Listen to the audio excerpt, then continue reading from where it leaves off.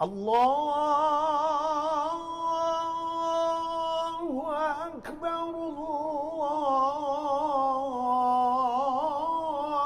الله أكبر wabarakatuh. Alhamdulillahilladzi an'amana bi ni'matil Islam wal iman. Asyhadu an la ilaha illallahul malikul mannan wa asyhadu anna Muhammadan abduhu wa rasuluh kiram. Allahumma shalli wa sallim ala sayyidina Muhammadin wa ala alihi wa ashabihi wa akhyaril insan. Wa ya ayyuhal ikhwan ittaqullaha fi sirri wal alan la'allakum tuflihuna fi sa'iri zaman. Allahumma awzi'ni an ashkura ni'mataka allati an'amta alaina wa ala walidayna wa an na'mala salihan tardah. Akhirna wa yakhirna birahmatika fi ibadika salihin. Jamaah salat maghrib yang dirahmati Allah, pada malam hari ini kita lanjutkan pengajian kita, lanjutan daripada malam Rabu yang lalu. Mudah-mudahan ada manfaatnya bagi kami yang menyampaikan dan juga jamaah yang hadir di masjid serta para pendengar melalui media radio yang barangkali lebih banyak yang mendengar setiap pengajian di Masjid Raya Baitur Rahman. Bahkan kami dengar bahwa radio ini juga dapat didengar oleh seluruh Aceh, bahkan Indonesia. Walaupun ada yang menyatakan orang luar negeri juga bisa mengambil kesempatan untuk mendengarnya. Terlepas itu semua, mudah-mudahan kajian kita, pengajian kita ini bahagian dari ibadah kepada Allah Subhanahu wa taala. Isti'anah bil ilmi kita menghabiskan waktu sibuk belajar adalah bahagian dari taat yang paling bermutu. Min afdal ta'at, afdal ta'at kepada Allah Subhanahu wa taala. Maka pada malam hari ini tentu kita lanjutkan, mudah-mudahan ada yang bisa diambil manfaat dari pengajian serta dapat merealisasikan dalam pengamalan sehari-hari dalam rangka meningkatkan takwa kita kepada Allah Subhanahu wa taala.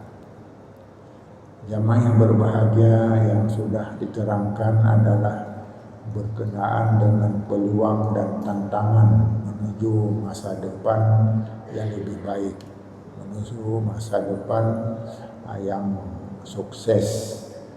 Maka karenanya pada malam hari ini lanjutannya tentang peluang dan tantangan ini, siapa yang berhasil?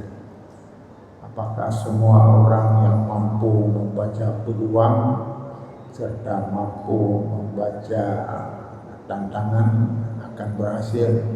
Tentu tidak, semua tergantung pada cobaan-cobaan, pada keyakinan, bahkan kepada orang per orang.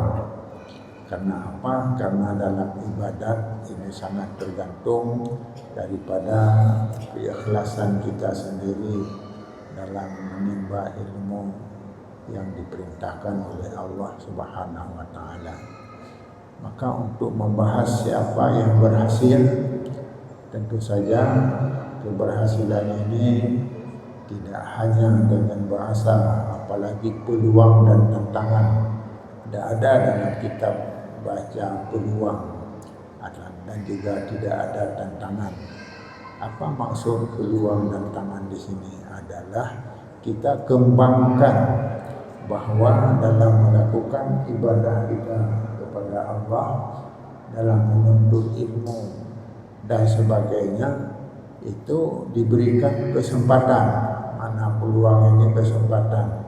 Kesempatan apa yang bisa kita raih di dalam melakukan ibadah kepada Allah Subhanahu wa taala dalam kegiatan-kegiatan perjuangan kita di dalam hidup ini, serta apa tantangan-tantangan yang mungkin kita hadapi.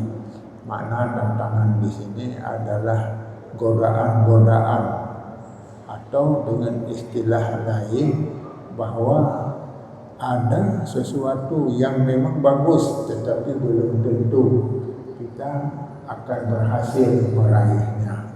Kenapa? Itulah yang disebut tantangan. Kemarin sudah diterangkan tantangan itu ada dari diri sendiri, ada yang dari faktor luar.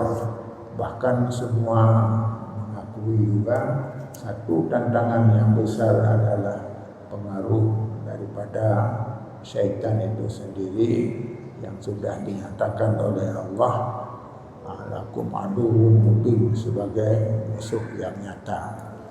Jamaah yang berbahagia, untuk mengkaji masalah ini siapa yang berhasil, maka tentu saja kita akan melihat pedoman dari nas itu sendiri. Apa pedoman yang perlu kita baca? Karena apa? Karena peluang ini bisa meningkatkan ibadat kita kepada Allah, dan sekaligus kita akan mendapat tempat yang layak pada masa-masa baladul jaza, yaitu pada masa pembalasan nantinya.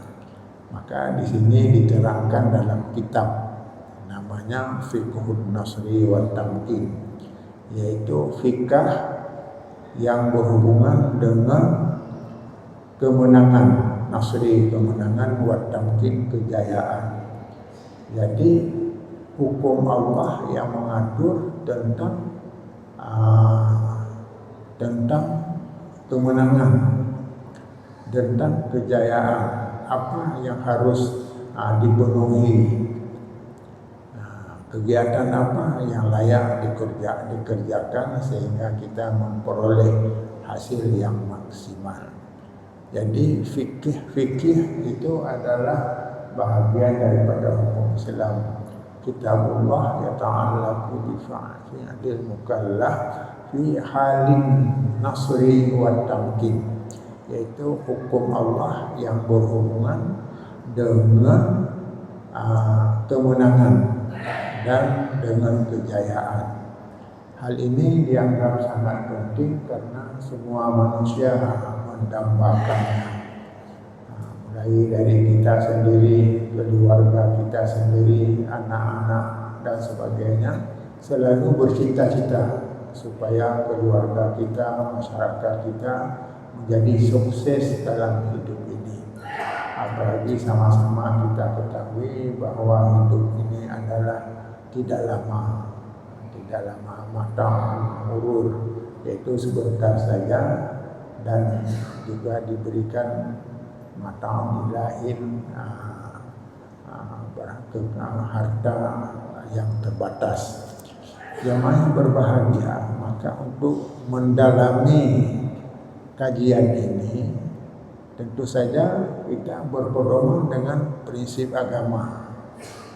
Apa prinsip agama? Bagaimana penjelasan Allah, bagaimana penjelasan Rasul dalam hal ini?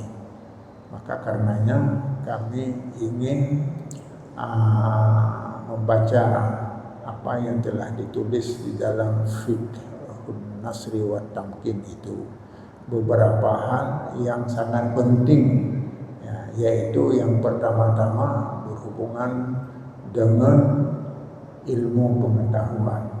Jadi kalau kita tidak memahami apa saja peluang yang diberi izin oleh Allah untuk memperolehnya, dan apa saja tantangan yang menjadi penghalang dalam melakukan kegiatan-kegiatan dalam amal kita itu sendiri, maka dengan demikian jamaah yang berbahagia, ilmu adalah tarikun itu satu jalan, metode untuk menuju ke sana. Jamaah yang berbahagia, dan ilmu itu juga harus benar. Maka disebutlah oleh pengarang kitab Jalalain, ya, Ibnu Katsir, tamamul ilmi ma'rifatul haq. Ilmu itu dianggap sudah siap, sudah lengkap, sudah bagus kalau kita mengenal yang benar. Ilmu ini bisa saja tidak benar. Kenapa tidak benar? Karena kita tidak mempelajari dengan sungguh-sungguh. Hanya sekedar kita mendengar saja. Atau ada yang kita dengar tapi belum tentu lebih cepat dan sebagainya. Maka karenanya jamaah yang berbahagia, kebenaran itu harus menjadi ukuran pertama untuk menjadi sukses. Ya, karena dinyatakan di dalam ayat al-haqqu min rabbika fala takunanna minal mumtarin. Kebenaran menurut yang diatur oleh Allah. Jangan sekali-kali ragu. Jadi dengan demikian pola hidup kita, sistem kita, mindset kita di dalam melakukan semua kegiatan adalah tergantung kepada bagaimana yang dikehendaki oleh Allah Subhanahu wa taala. Karena kita juga sudah mendengar penjelasan pada beberapa malam Rabu yang lalu bahwa kita sudah diberi peluang yang sama. Ya, bahkan kemarin sudah ada SK Allah. Kalau sekarang masalah ada jin mundur dengan SK, artinya mandat Allah kepada manusia sama. Ya, hanya saja siapa yang berhasil. Maka yang berhasil itu adalah yang orang yang mengikuti petunjuk Allah Subhanahu wa taala. Ihbitu wa innalakum ihbitu jami'an dan ihbitu jami'an, turunlah ke bumi. Waman ayatnya itu sudah dihafal tadi, sudah lupa, yaitu orang yang memang mengikuti petunjuk minal huda, maka orang itu akan tidak pernah takut, tidak pernah rugi. Tidak pernah rugi karena dianggap adalah sudah benar dan sebagainya. Jadi dengan demikian satu di antaranya adalah kita harus mempunyai ilmu, dan ilmu inilah awal daripada jalan masuk surga. Kulli syai'in tarikun ilal jannah al ilmu. Semua jalan, semua ada jalan ke surga adalah ilmu. Memperoleh peluang, menghadapi tantangan ada juga berdasarkan ilmu. Dengan demikian kita perlulah sekarang mempelajari. Maka sehingga di dalam kitab yang kami baca Khutbah Rasul, yaitu khutbah Rasulullah sallallahu alaihi wasallam. Khutbah Rasulullah menerangkan ada 21 kelebihan ilmu. 21 kelebihan ilmu. Kemarin kami hitung 17, tapi sudah dirinci ternyata sudah 21. Nah, jadi yang malam ini tidak diterangkan tentang kelebihan ilmu, tapi yang berhubungan dengan peluang dan tantangan ini saja. Apa ilmu-ilmu untuk memperoleh peluang, untuk memperoleh tantangan, untuk menghadapi tantangan? Yang pertama-tama di sana entah ke 8, entah ke 9, jadi yang jumlahnya 21. Di antaranya adalah al-bahsu anhu jihadun. Kita mendalami pengetahuan itu adalah jihad. Jihad adalah perjuangan. Maka dengan demikian semua kegiatan-kegiatan dalam rangka meraih ilmu dengan sungguh-sungguh, maka itu adalah bahagian daripada kelebihan ilmu, dan kelebihannya juga bagi orang yang benar-benar mendalaminya, maka orang itu dianggap telah mampu membaca peluang-peluang yang dikehendaki oleh Allah Subhanahu wa taala. Makna jihad di sini bukan arti berperang. Semua kegiatan-kegiatan secara sungguh-sungguh. Ada kegiatan hanya pura-pura, seperti orang melakukan syariat karena kebiasaan saja, tapi tidak melekat di hatinya. Itu namanya tidak serius. Maka dalam hal ini diingatkan kita harus menerapkan dalam kehidupan kita dengan sungguh-sungguh.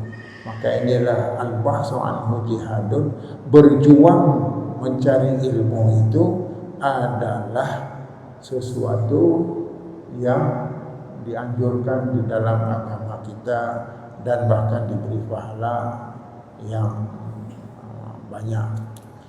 Jamaah yang berbahagia, tentu saja ingin apa yang kita harus berjuang.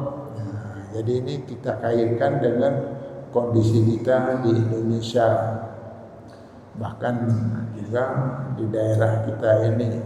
Apa yang harus kita berjuang, dan berjuang ini adalah bahagian dari mencari ilmu, bahagian dari perintah ilmu. Maka di sini disebutkan adalah dalam rangka mengkaji untuk memperoleh kemajuan itu tidak akan datang sendirian, tidak datang cuma-cuma, tetapi harus ada upaya untuk menggerakkan semangat sehingga kita memperoleh apa yang kita inginkan. Maka karenanya tentu saja wajar sekali daerah kita, bahkan Indonesia ini dianggap adalah sepotong tanah surga yang jatuh ke bumi. Maka tanah surga yang jatuh ke bumi ini sejauh mana sudah kita manfaatkan? Sudah manfaatkan. Kenapa? Karena banyak kita yang tahu tetapi tidak pernah dimanfaatkan. Bahkan ada satu istilah ulama dalam kajian dulu pernah dikatakan bahwa orang Aceh ini hasil alamnya luar biasa. Bahkan ketika saya memimpin koperasi, datanglah orang Cina, udang garam, betul, jarum dan sebagainya ke Aceh. Dia katakan karena dia berkunjung ke daerah, rupanya negeri ini sangat kaya. Tanamannya itu adalah merupakan sumber obat. Dan kalau kita pelajari bermacam-macam, yang sehingga dulunya kita anggap tidak ada faedah apa-apa, yang sehingga ada yang kita benci tanaman itu, tapi memiliki potensi untuk menjadi obat kesehatan. Karenanya disebutkanlah kita minal jannah, sepotong tanah surga yang jatuh ke bumi. Maka dengan demikian hubungannya dengan apa yang diterangkan 21 ide, yaitu marilah kita mendalami. Ini intinya. Mari kita merubah mindset kita sekarang supaya negeri kita ini akan menjadi negeri yang makmur. Tapi kalau tidak, ini sama artinya sampai kiamat.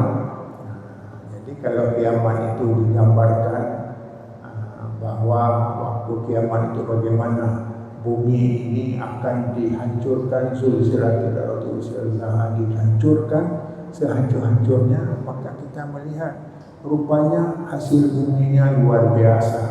Ada emas, ada macam-macam yang dulunya tidak pernah diambil, sekarang sudah dihancurkan oleh Allah. Bahkan di dalam ayat dinyatakan akan menjadi debu. Bagaimana dihancurkan menjadi debu? Menjadi debu. Jadi kalau debu itu ada apa manfaatnya lagi? Jadi itulah gambaran Allah Subhanahu wa taala yang menerangkan tentang perlunya kepedulian kita untuk menggali potensi alam dengan berbagai ilmu yang perlu kita pelajari. Saya dulu pernah ditugaskan oleh pimpinan saya di Budi.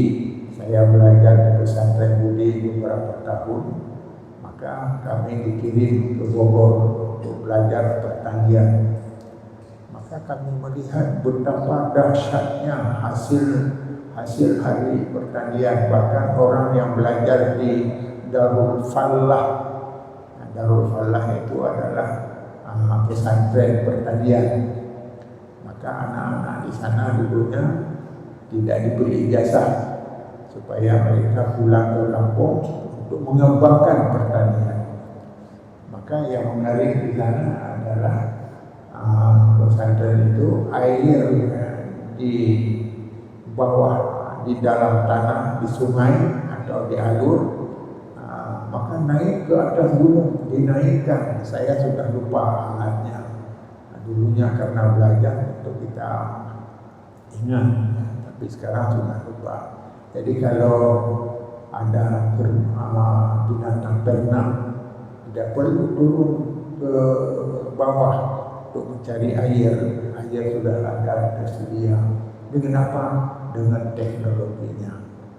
Dan kalau saya tanya pada orang belajar pasti akan mudah menyampaikannya. Jamaah yang berbahagia itu satu di antaranya. Kemajuan adalah bisa kita raih kalau kita ingin mengkaji secara serius. Maka sekarang disebut dengan penelitian. Maka apa? Jadi negara-negara di dunia ini sekarang serius mengadakan penelitian. Bahkan ada pendapat kalau selama ini presiden kita berkunjung ke berbagai negara, maka dinyatakan bahwa Indonesia adalah negara yang paling makmur. Semua apa yang dibutuhkan tersedia. Maka karenanya jamaah yang berbahagia tinggal sekarang kapan mulai diraihnya. Dan meraihnya itulah bahagian daripada ilmu. Yang kedua, wadalilu ala sarai wa dharra. Jadi ilmu itu adalah petunjuk untuk memperoleh kesenangan, kebahagiaan, dan juga wadharra, dan kita akan tahu apa yang berbahaya. Jadi ilmu itu sebagai petunjuk kepada orang untuk memperoleh, mengenal apa yang menjadikan kebahagiaan, apa yang menjadikan yang mendapatkan kemakmuran, serta juga apa yang akan sulit, mendapat kesulitan di lapangan di dalam menghadapinya. Jadi dengan demikian jamaah yang berbahagia, ini adalah sebagai salah satu petunjuk ilmu. Jadi manfaat ilmu dari 21 yang kedua adalah kita akan tahu apa yang menjadi jalan menuju kemakmuran, apa yang menjadi masalah menghadapi tantangan dan sebagainya. Dan yang ketiga, ini tidak 21, hanya diterangkan apakah 4 saja ya. Yang ketiga, asilahu alam a'da. Ilmu itu akan menjadi senjata terhadap musuh. Alat melawan musuh. Melawan musuh di sini macam-macam. Ada yang melawan dengan senjata, hubungan dengan negara, tapi ada juga melawan dengan ilmu, dengan diskusi. Selama ini kita melihat Dr. Nen orang berasal dari India. Di mana saja tempat berdiskusi beliau menang. Dan ada yang satu tempat yang justru semua faktor-faktor masuk Islam. Karena apa? Beliau menerangkan apa adanya sesuai dengan petunjuk Allah Subhanahu wa taala. Maka yang dulu direncanakan untuk membuat supaya Zakir Naik ini adalah seolah-olah dipermalukan, mengejek agama kita, justru sebaliknya dia sadar sehingga dia mengucap syahadat di hadapan jamaah pengunjung yang banyak itu. Jadi dengan demikian jemaah yang berbahagia, senjata ini tentu beragam. Kalau sekarang misalnya Arab,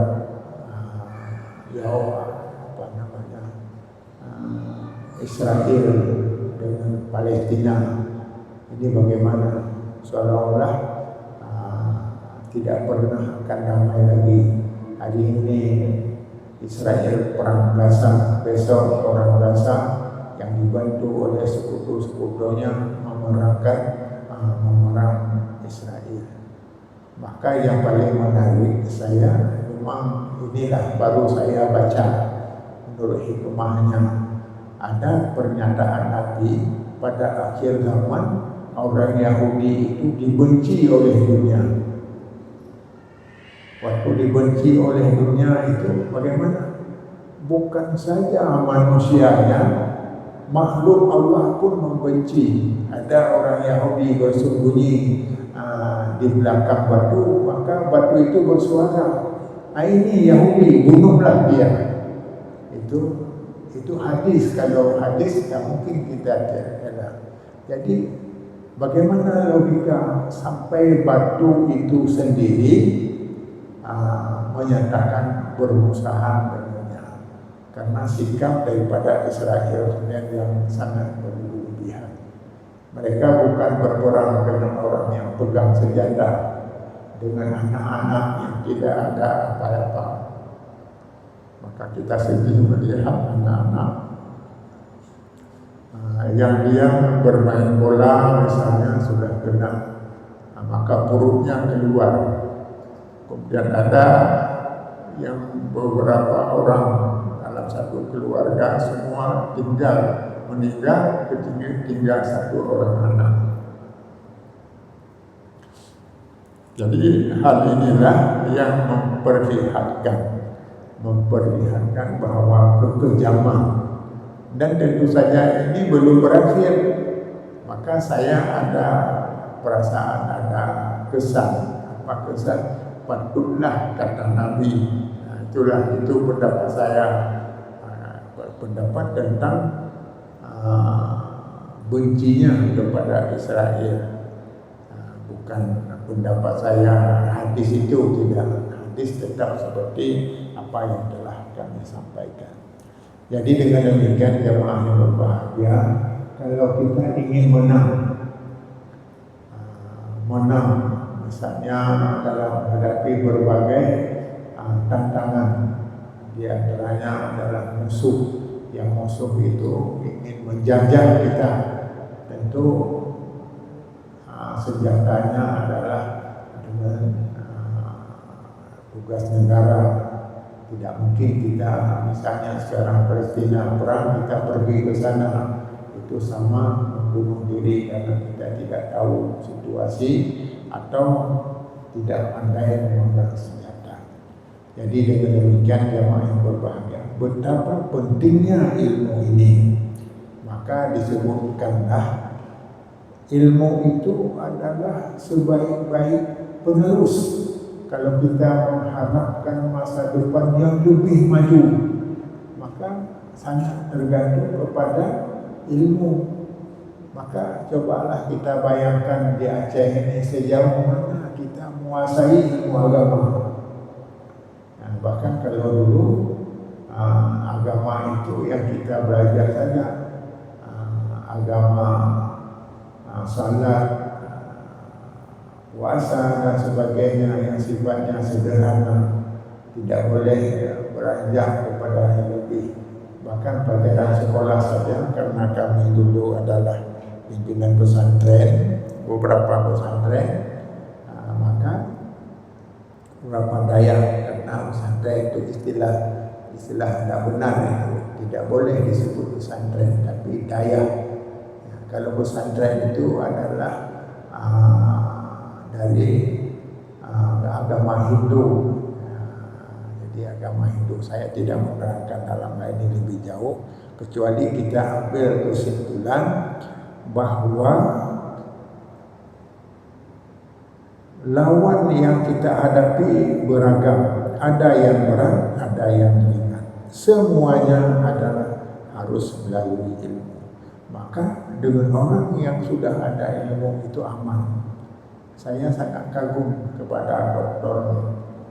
Nah, kenapa kagum? Karena beliau dihadang bermacam-macam, dicaci, disorak, tetapi tenang. Dan beliau menjawab, bahkan saya tidak bermusuhan datang. Hanya saya ingin menyampaikan petunjuk Allah. Kalau memang dia dapat diikuti, dapat didengar, bukan diikuti, maka alhamdulillah, ini kehendak Allah. Jadi sederhana saja jawaban, tidak pernah marah dan tidak pernah mencari kemenangan dengan sorak dan sebagainya. Maka di dalam hadis Rasulullah disebutkan al-ilmu afdalul khalafi wal amalu bihi akmalus syarafi. Ilmu adalah sebaik-baik khalafi, penerus. Nah, jadi kalau kita ingin mewariskan Aceh ini sebagai daerah yang kuat ilmu, sebagai pernah masa lalu yang disebut dengan Serambi Makkah, memberi nama masih Serambi Makkah bukan kehendak dari kita sendiri, tetapi adalah dunia memberi. Bahkan baru-baru ini Presiden juga telah mendapat kesempatan boleh membuat kampung Aceh. Hebat sekali ya, kampung Aceh. Jadi kalau orang Aceh datang ke sana sudah ada kampung Aceh yang khusus orang-orang yang perlu pergi ke sana, apakah untuk ibadah dan bisa saja dalam kegiatan lain. Jadi disebutkan untuk meluruskan masa depan Aceh. Nah, ini khusus saja supaya lebih fokus Aceh, maka perlulah diwariskan ilmu. Maka dengan demikian perlulah dibuka pendidikan. Dan alhamdulillah sekitar 10 tahun atau 15 tahun ini Aceh sudah berkembang pendidikan. Yang dulu tidak boleh belajar ilmu umum karena ilmu umum bukan ilmu agama. Itu sudah dipesankan oleh penjajah dulu, tidak boleh belajar ilmu umum karena ilmu umum bukan syariat. Nah, jadi ini sekarang tidak, sudah ada daya terpadu. Bahkan saya juga yang dulunya pernah memimpin pesantren 14 tahun dan sekarang menjadi penasehat, ya muridnya saja 18.800 yang sedang jalan. Kalau alumninya tentu sudah 9.000. Jadi ini menunjukkan bahwa perkembangan pendidikan ini sudah mulai maju. Demikian pula kurikulumnya, tujuan dari pendidikan juga sudah beragam. Bahkan dulunya dengan Habibie ingin dibuka pendidikan eksak, yaitu Imtak dan Iptek. Imtak yaitu iman takwa, Iptek yaitu ilmu pengetahuan dan teknologi. Dan guru-guru kami dilatih oleh Habibie waktu dulu. Maka karenanya kalau ada anak-anak dari pesantren sekarang yang lulus dari berbagai teknik, dari berbagai bidang termasuk fakultas teknik, maka anak saya juga ada berapa, keempatnya dari pesantren, 2 yang perempuan itu juga belajar teknik. Jadi sudah menjadi guru dan sudah menjadi pegawai dan sebagainya. Rupanya ilmulah yang mengantarkan seseorang pada tempat yang dikehendaki. Innal ilma yunazzilu manzilatal akhyar karena ilmu lah yang menempatkan seseorang pada tempat yang dikehendaki. Dan yang terakhir hanya saya ambil tempat saya. Jadi karena dia sudah habis, jadi besok ini ada baru separuh yang kami sampaikan hubungan dengan judul tadi, yaitu siapa yang berhasil dalam membaca peluang dan tantangan, itulah orang yang cerdas. Siapa yang cerdas? Orang yang diberi bekal ilmu pengetahuan. Wabillahi taufiq wal hidayah. Wassalamualaikum warahmatullahi wabarakatuh. Alhamdulillahi rabbil alamin. Allahumma salli ala sayyidina Muhammadin wa ala alihi wa sahbihi ajma'in. Allahumma a'inna ala dhikrika wa syukrika wa husni ibadatik. Rabbana ighfir lana dhunubana wa liwalidina warhamhum